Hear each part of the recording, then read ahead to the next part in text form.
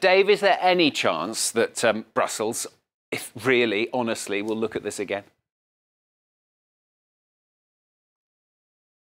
The indications so far are no.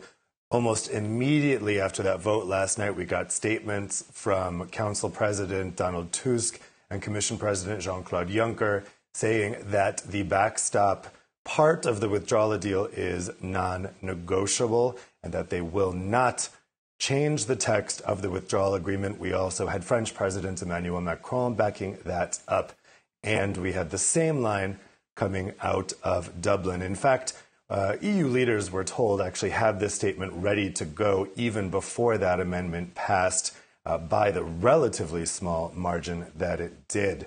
I know that from the EU standpoint, nothing really changes in terms of what happened last night. What Theresa May argued after that vote is the EU has been saying it's unclear what could pass the UK Parliament.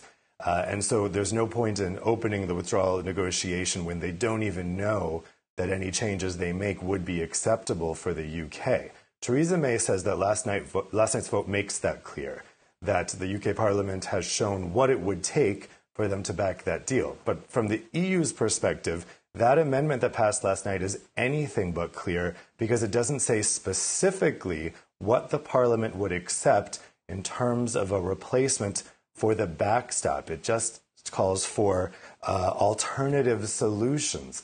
But what alternative solution would pass is not clear.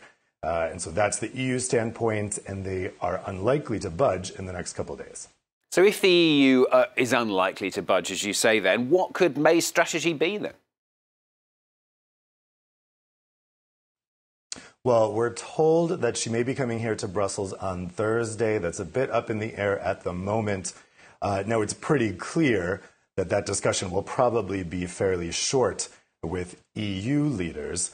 And so people are kind of guessing at what Theresa May's strategy is here. Some people think she's just buying time, and that the purpose of passing this amendment may have been to show the British Parliament and people in her own party that, look, this really is non-negotiable. The EU is not going to back down here, and so we have to accept the backstop arrangement. Alternatively, she could be trying to show the EU, look, there is no way that this backstop will ever pass the Parliament, and if you don't change the backstop, then we are heading toward a no-deal Brexit.